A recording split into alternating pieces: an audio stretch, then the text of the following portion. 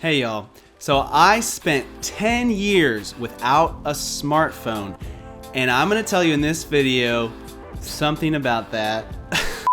Hey y'all, so I spent 10 years without a smartphone, and in this video I'm gonna tell you my experience and what I learned. So if you normally watch my videos, this one's gonna be a little different. It's just for fun. The first smartphone was invented, according to Google, in 1992, and it was first released on the market in 94. And I don't remember any smartphones being around back then, so either Google's wrong in this instance or that was one weird looking smartphone. I don't know. But by 2009, when I was in about midway through my college career, all of my friends had smartphones. In fact, we were all design students, most of them video students, most of them had iPhones, you know, the latest model.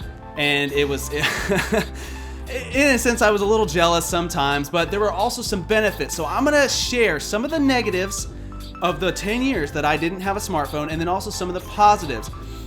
So about 2011, I was working full-time, had the money, could have bought myself a smartphone, didn't do it, and then I didn't have a smartphone. This is crazy, y'all. I'm 31 now. Throughout all of my 20s, I did not have a smartphone until about midway through the pandemic, year 2020. I finally decided I'm gonna take the plunge, buy an iPhone, and I bought this old used iPhone. And during that 10-year period where I could have had a smartphone and chose not to, I learned some pretty amazing things about screen time, about myself, and I think about life in general. And some of y'all might be wondering why. Why did you not just get a smartphone? To be honest, I don't know. The reason I always told people was the day that I need a smartphone, I'll get one, right? And that day came and went, and I still never got one. And I think maybe it's because I'm a 4 on the Enneagram. I don't know. So here are the negative experiences. What went wrong with not having a smartphone? Number one, I am directionally challenged, and it is so hard to find your way without a smartphone GPS. So one experience was I was driving home from school one year, and I had taken this ride so many times, and I turned a 5-hour trip into a 10-hour trip. And here's the crazy thing was I got lost for a whole hour in an airport that I was not supposed to be within like an hour of. And during this drive, like that's how bad at directions I am and how bad at getting places I am. It didn't help when I got married. Me and my wife were both just as bad.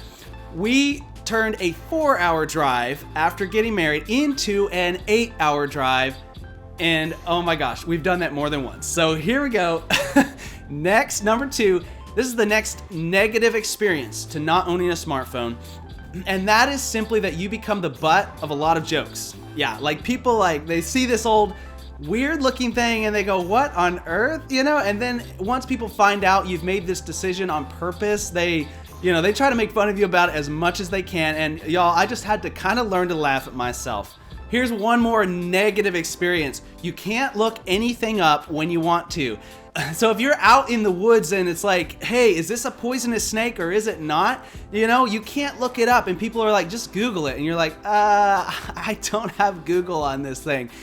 I can't tell you how many times I took out my phone and texted other people during those 10 years and said, can you please Google this for me?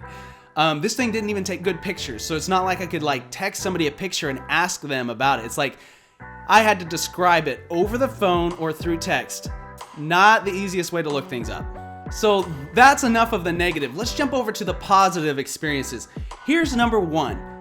This is something that I learned about life, and it was a way that, if I can phrase it this way, a way that I was able to enjoy life better without having one of these. Number 1 is less screen time. Less screen time. I work a job where I'm staring at the computer most of the time.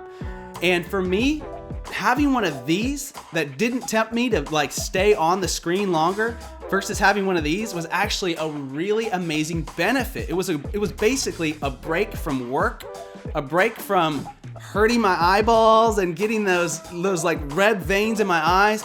But let's face it, nowadays, when it comes to work, most of the time people aren't calling. They're just gonna send you 15 emails. And so not having a smartphone allowed me to actually be able to take a break and to look at life through the lens of, in a sense, a child again, and as somebody who is not, whose time is not being demanded like 24/7. Here's another benefit to not owning a smartphone. These things are indestructible. So I used to play this prank on people when I was in school where I would take out my phone, pretend like I'm talking on the phone, get all mad, you know, and then chunk my phone. And this thing, so many times, it wasn't this one in particular. This is one of those little cool ones that have the little sliding, you know, like keyboard. Pretty awesome, pretty retro. Anyways, I would take my phone, it was similar to this, and I would chunk it, and then it would like fly up in the air, hit the concrete, smash around, and it would be fine. I did that so many times, and these things are so great. Compare that to this phone, which I've had less than a year. I'm gonna show you the close-up of what this looks like now. Just 2 days ago, before filming this, I dropped this phone one time, and it is completely destroyed. So, yeah. It used to be so much cheaper to have one of these things. Nowadays, this thing honestly cost me just as much as it cost me to stick with this. So here is one more positive. You kind of stand out, you know, in a good way. These kind of phones are such a conversation starter. I can't tell you how many interesting and weird conversations started just over the fact that I would pull one of these out and start, you know, typing away on it or trying to read the little tiny messages, and people would go, wow, I haven't seen one of those for ages. Here's an example. I was sitting in a barber shop one day, and this guy is just sitting there waiting to get his haircut, and he looks over and he sees me texting on this thing, and he says, man, it's been so long since I've seen one of those. And my response was, yeah, I'm probably the only media person in the whole US that doesn't have a smartphone. And then he said, wow, you're a media guy, what do you do? And that conversation actually led to me getting a really cool job offer.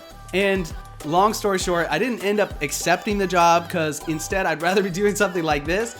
So here's my conclusion, if you want to know. I don't know why I'm doing this. Here we go. Moderation is key. And for those of y'all who don't know this about me, I'm a Christian. And one of the things that not having a smartphone actually helped me to do was to be able to focus on the Lord more, honestly. And I've had to learn this past year what it means to set other things aside and to take time for things that are truly important. And I've had to learn all over again how to be wise with something in my hand that's a very useful tool, but can also be misused and can also be, you know, a huge time waster.